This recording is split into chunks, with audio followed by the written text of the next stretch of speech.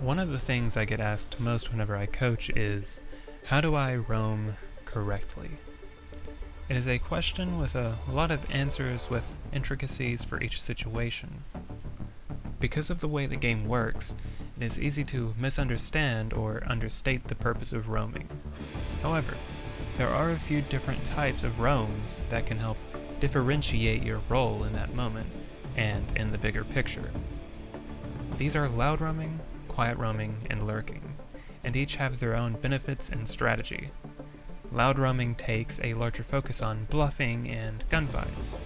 Quiet roaming emphasizes solo plays and game knowledge. Lurking is made effective through team play and use of strong positions.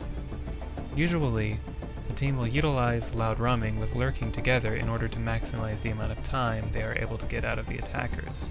Sometimes that culminates in a quiet roam because of things that happen during the round.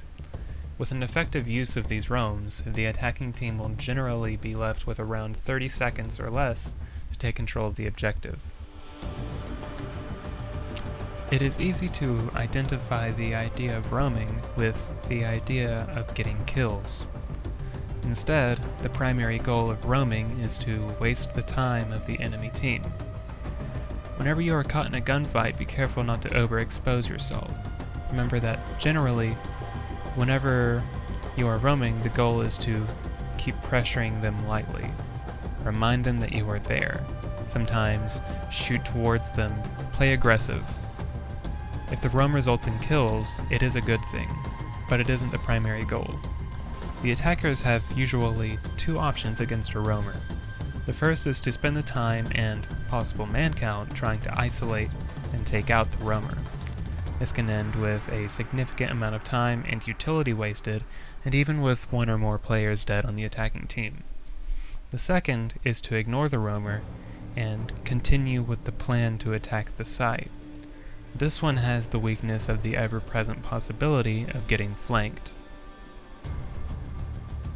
Whenever roaming, if you find that one of your teammates dies and leaves your team in a man count deficit, then it is usually advised to get aggressive against the enemy team. Please note, do not get over-aggressive as said before. Calculate the risk from all the information you have at hand. If you feel that the enemy team is waiting for your advance in order to counter you, just wait. If you can, fall back to the objective. If you feel that they are not ready for you, then start pushing in on them. Try to isolate a one-on-one gunfight and win. Once the man count is equalized, then you can go back into a semi-passive position, or you can fall back to site. Regardless of what you do, maintain constant pressure on the enemy team. Pressure keeps them from getting comfortable with their control and forces them to spend more time in uprooting the defense. One way that roams are sometimes utilized is with the goal of wasting all of a team's drones and utility on a place other than the site. This will leave the attacking team without intel and utility to properly attack the objective. This generally wins the defenders the round before it is even over. Typically, a setup like this usually involves 2 roamers, a lurker, and 2 anchors, the people who play in the objective. Usually, these types of setups are done somewhat close to the site in order to allow the roamers who are playing in these positions to fall back safely, although sometimes they can be extended a bit further. Though there are times where one of the roamers will be left to contest the position with their life, these are generally in order to waste even more time, or if there is an objective without enough room to allow 5 people to play safely. Typically, whenever a round starts, the attackers will try to start droning out the common roaming positions. This means that 9 times out of 10, your position will be droned. This can, however, be worked into your favor. If you have a decent amount of map knowledge, you can keep stringing the attackers along, wasting minutes worth of time. If you can get droned and immediately fall back into a strong position in order to take the gunfight, do it. Any advantage is magnified whenever you are playing on defense. use their information on your position to your advantage.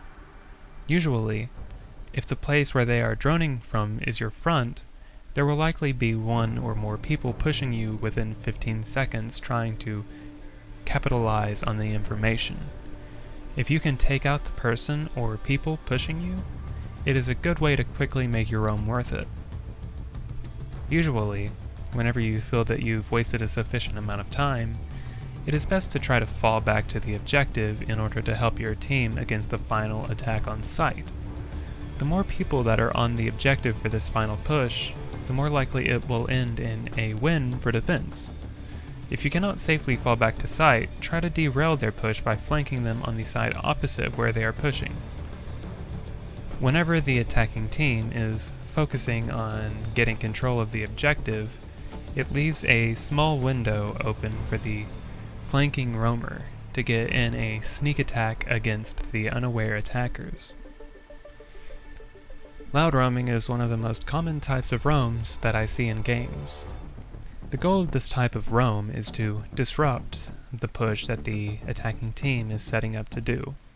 This can be done by denying common entry points in the map, holding key control positions in the map, or generally just wasting time. Whenever this type of roam is attempted, the attackers will decide to isolate and clear the roamer. Typically, this type of roam relies on either a strong position to fall back to or a number of rotations in order to increase mobility. A strong aspect of this type of roam is that it can soak up drones and attacker utility relatively early on in the round. If the entire team's drones are used with the goal of isolating a single roamer, that is a strong advantage for the defenders, even if the roamers die. This type of defender has one of three goals: waste time, kill drones, or get a kill. All of these are useful on their own. Even better if you can accomplish multiple or all of the goals. Typically though, once a roamer kills an attacker, a few drones, or wastes around a minute or two of time, they will fall back closer to the site regardless of the situation, in order to assist the anchors or the lurker. Quiet roaming is usually associated with moving around the map quietly with the goal of flanking the enemy team. Generally, these types of roams are most effective late in the round whenever the attacking team's focus has shifted from roam clearing to site pushing. This type of roaming is dependent upon the attacking team making mistakes in their droning, and clearing of the map is usually done in tandem with a loud roamer. Whenever a drone pushes through an area and misdrones the room, it is easy for the roamer inside to take advantage of the lack of correct information that the attacking team has. That is really all there is to this type of roam though. It takes a solid amount of patience and courage in order to capitalize on these mistakes, as pushing too early or falling back can lose the advantage you have. It is also smart to move in on the enemy team whenever there is a lot of sound and destruction going on. The distraction will mask the sound of your footsteps and provide a distraction for the attackers that will take their attention off of you. Effective quiet roaming can lead to one or more easy kills against the attacking team. This makes for a really quick and generally easy way to equalize man count or to increase the man count deficit. Lurking is more of a hybrid between roaming and anchoring. It has the goal of slowing and eventually stopping late round pushes towards the site. Lurking functions as an intermediary between the roamers and the anchors. Think of them as a second line of defense after the roamers. The lurkers usually have a lot of utility and intel-based gadgets around their positions in order to increase the viability of their positions. These positions usually have the goal of influencing two or more places in which the attackers can enter the objective. It is more critical for the lurkers to stay alive and in their positions than it is for the roamers to do so. The lurkers have the strength of always being close by to teammates and thus are always in positions to pinch, trade teammates, or be traded by those teammates. The lurkers can also work with the roamers during the late game in order to enable a flank or to pinch one or more attackers. This requires, of course, some communication and for the roamer to remain alive throughout the entire round. Sometimes, depending on the way the last moments of the round are playing out, the lurker will have to get really aggressive. Usually, these are the people who act first to stop the diffuser from getting planted. These roles will typically also have impact grenades or nitro cells in order to assist in this purpose. If you could please like, comment, and subscribe for more Siege-related content. That would be greatly appreciated. Thank you for watching.